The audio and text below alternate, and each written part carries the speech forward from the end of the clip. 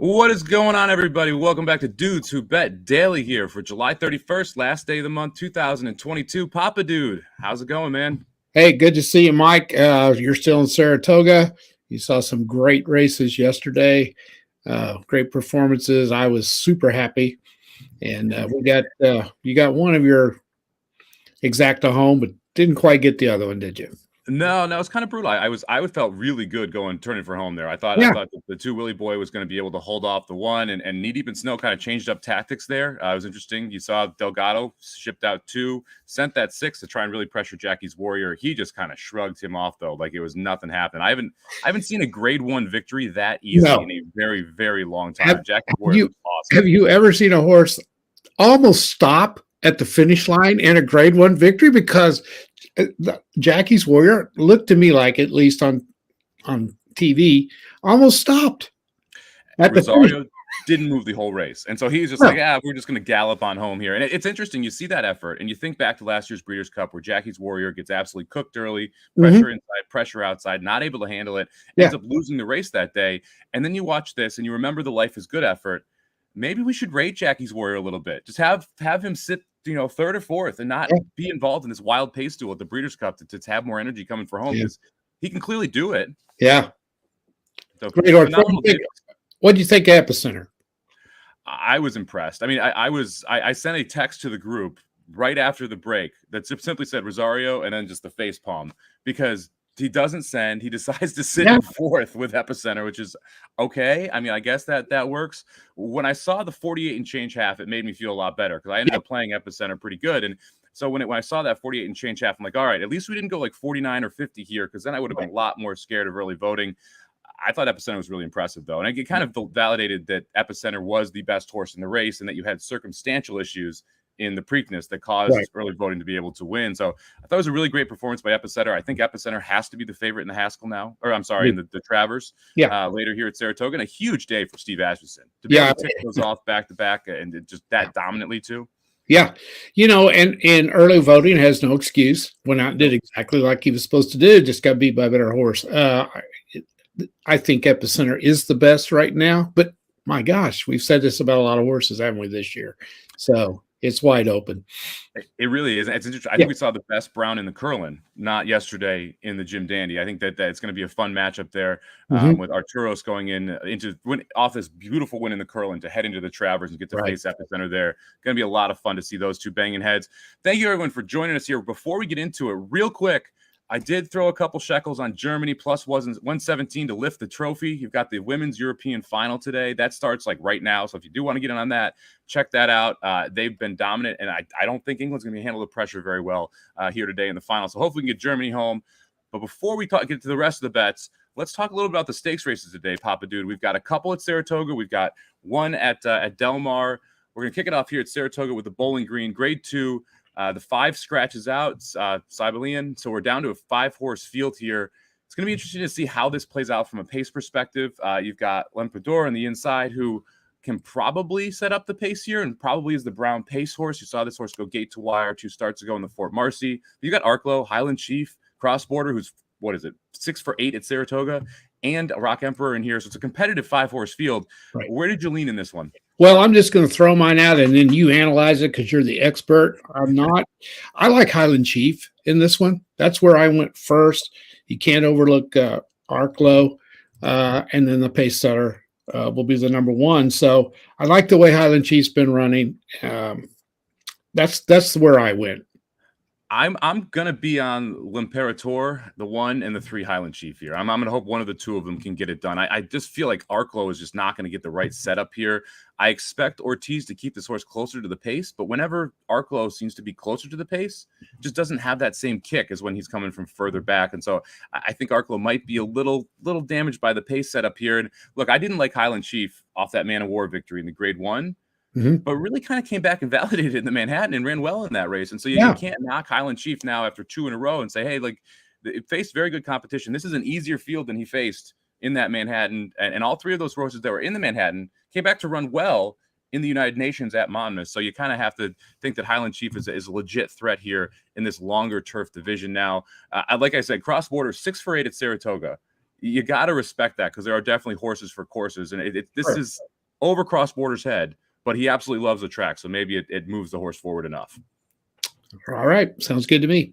All right, let's head out. Let's head to the Amsterdam Grade 2, following that the Bowling Green, and this one is interesting simply because we have the return of Corniche, who is your 2-year-old Breeders' Cup Juvenile champion. Corniche, that juvenile race came back terrible, so not very good horses in that juvenile. Jack Christopher scratched out of it. Corniche was able to go gate to wire. Didn't get a great figure for doing it. Was in the Baffert barn. Now we've moved over to the Pletcher barn. Do you like Corniche here? Is this a total chuck for you? How you feeling about Corniche? I think you have to like the horse. Now, has he been injured? No. Do you know, or they've just let the horse mature? We don't really know why he never showed back up. And there was a bunch of Baffert stuff, right? Yes. And he switched barns in the midst of all of that. But this is surprising that it took this long to see Corniche come back. Okay, so that worries me. Does that worry you? There's got to be an issue, don't you think? Of some kind. This is one of those that I respect Corniche. Corniche could 100% win today. I'm not going to bet Corniche today. I can't take him as the favorite in this spot. That to me is the issue here. You have, that Breeders' Cup Juvenile comes back poorly. Pletcher decides to start 2 in here and not just 1, including my prankster, who hasn't been able to really compete with the top level horses in here, but he's going to put both of them in there. That's not a great sign to me, right? Right. And then you got this layoff that you just don't know anything about. Another pace pressure. The horse has never not been on the lead. So I expect you're going to take some heat early, and you're going to be the favorite. To me, it's one of those where if Corniche wins, I lose, and I'm okay with that. Yeah, I can understand your reasoning for sure, because we don't know. It's not like Pletcher to not run the horse, right? I mean, he runs them if they're healthy. And it's just not. This horse was 3 for 3 and hasn't come back since. There has to be an issue of some kind. My second choice is I'm going with the Asmussen Bard again in Gunnet. I think this horse is getting better each time he goes out. It's kind of what Asmussen's strength is. He knows what he's doing. So I like that horse. And then I think it's how do you pronounce it? Starts with an A. Starts with an A. Accretive. Yeah. Yes. Yeah. Coming off an impressive win in the debut. So I kind of like that horse too, as maybe a surprise. You can't ever overlook Chad Brown, especially the way he's running right now. So those are my top 3. Yeah, I agree with you. I have Accretive on top here, which is it's this big step up here. But the way that as you said, the way Chad Brown's been training on the dirt lately, you have to really respect him. This was a horse that coming into that debut was working lights out. Got a bunch of tout coming into that debut, and then ran like it, was 4 wide that entire time, never really asked, just ran away from him. I love Practical Joke as a win early sire. That horse looked great first out, won at 6.5, was completely geared down in the stretch. So I'll take the 7-2 price on Accretive, who I think there is as much unknown in a lot in ways as Corniche, because you're coming back here second start, but that Brown often gets them better second out. This could be, if this horse takes a step forward, could be very tough. And I think Gunite has a good shot as well. I mean, you got to love the fact that Gunite is raced twice at Saratoga last year and loved the track, ran second in the Grade 2 Saratoga Special, and then came back to win the Hopeful. So that Gunite likes Saratoga. I think those are 2 logical ones. I wouldn't hate the idea of either singling Accretive or going too deep here with Accretive and Gunite in the late pick 5 and pick 4 and trying to separate yourself, because this is going to be a spread race for a lot of people. I think people are going to be using Papa Cap, using Corniche. I think people might be using my prankster, and all of a sudden you're 5-6 deep here. It's hard to get through this whole sequence because a lot of people are going to go short in the previous race, go deep here. And if you can kind of flip it around and figure out a way to get home both of those races, I think you have a shot at a payout in the late pick 5. All right. You're the expert. All right, let's head over to Del Mar. We got the Grade 2 Eddie Reed, mile and an 1/8 on the turf today. This one I thought was pretty tough. I mean, you got to kind of lean toward Beyond Brilliant, who has a chance to wire this field. 2 for 2 at Del Mar. Had graded stakes success here at Del Mar before, including the Grade 1 Hollywood Derby. Did you end up with Beyond Brilliant on top? Did you go somewhere else? I've got him on top. I also like Caskin Peak, I think it is. I like that horse too. Had a long layoff, put him in an allowance, won fairly easy, had a solid 2021. Seems like the progression might be okay. I believe the horse is 4-1 on the morning line. I like that horse a lot. So those are my top two. Yeah, this is another one that's won at Del Mar before. Phil D'Amato has just been absolutely on fire, especially on the turf. Second off the layoff in this situation, 38% with a $3.48 ROI. So gets him ready to go second off here. And I agree with you. I like the fact that we got a race into this horse, and now we're coming back into the graded stakes competition. This was clearly the goal. So we'll see if Catherine Peak is able to run back to that. I like Tango, a little bit of a price. 5 horse, 8-1 on the morning line. Jack Sisterson, really smart with how he places horses. And this is a situation where I do think Beyond Brilliance loose. I think Tango is the one sitting right behind him and gets first run on him. I'm not sure if he's good enough to get by. Right. But if they're going slow up front, and I kind of like the horse that's sitting there in second, sure, I'm going to take a shot at 8-1. Yeah. Makes perfect sense. I think it's going to be a good race, though. I do too. I think all three of these are going to be pretty fun. Yeah, really wide open stakes races today. We don't have the superstars. Well, we may. Right. We'll find out in in the 3-year-old race over at Saratoga. Sure. It doesn't seem like we have a Jackie's Warrior in here. Like we have an Epicenter in here that's going to be even money and just romp away from the field. Right. Exactly. There's not very many Jackie's Warriors right now. I mean, no, very few. Yeah, that horse is on fire. No doubt about it. It's going to be a bummer if Jackie's Warrior is not able to get a Breeders' Cup victory with how well he's run, and he's been great here at Saratoga, but with how well he's run all over the country. Exactly. If he falls apart again at the Breeders' Cup, it's going to be sad because he deserves to have that championship. Did you get a chance to get close to the horse? Were you down close to the paddock where you can kind of look at the horse? Yep. Isn't that a professional looking horse? Just gorgeous animal. He's a big boy too. Yeah. Oh yeah. When we went to quick story, we went to Oakland when he was there. Asmussen was training or schooling the horse because the paddock in Oakland is clearly you've got to know what's going on there. And Jackie's Warrior did not like that paddock, and I was so impressed with Asmussen the way he was handling that horse. And man, just a beautiful creature, no doubt about it.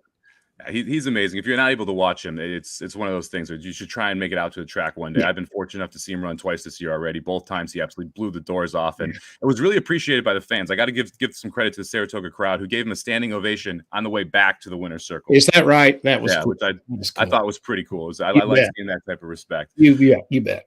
All right, let's head into the best bets here. First off, we're missing Aaron from the show, but he did submit one in here. He's going to head to Saratoga's 6th race here, and I actually considered this horse as well, so I am kind of happy that he landed on this horse. So we're going to the 6th. It's a maiden special weight. He went to the 5-horse here, Prank.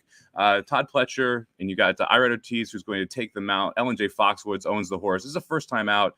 Horse has been working exceptional in the morning. The workout reports are great for this one. 47-4 last time out of the gate. It's also interesting that you have Irad ending up on this horse because you do have a Chad Brown horse in this race, and it ends up with Franco instead of with Irad. So Irad picked the Pletcher here, which is often a very good sign. And so he's going to go with the 5-horse Prank here in Saratoga's 6th race. Papa Dude, you're heading over to some baseball action here. I actually considered this one as well. So tell us a little bit more about the under you like today.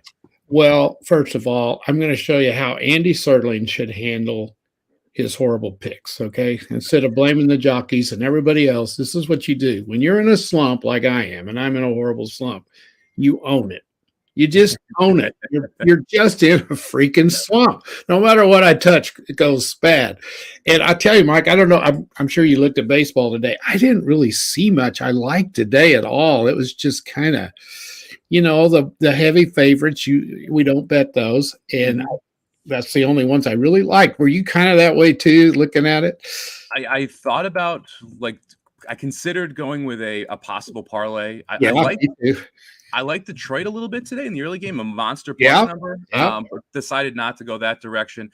I also thought Houston wasn't terrible, minus 135. Right, me too. So I looked at that a little bit, playing at home against the Mariners, but they have the worst pitcher going, and I generally try not to bet the worst pitcher in a matchup. And so it kind of forced me to move away from some of those. Yeah, and I was thinking, well, why are you going to do a parlay when you can't get one right? So why were you going to go with the parlay and try to get two? So that kind of, I'm going with this one today, and I don't like to bet over-unders very much in baseball. I just don't have much luck. Two best pitchers on both of these teams. I think it's 8 is a little high. I really do. I kind of like this one. I can see a pitcher's duel here. So two very good pitchers going. I'm going to go under 8 in the Atlanta Arizona game today and see if I can't get one home. This might be the first matchup we've seen all year with 2 starters with 10 wins.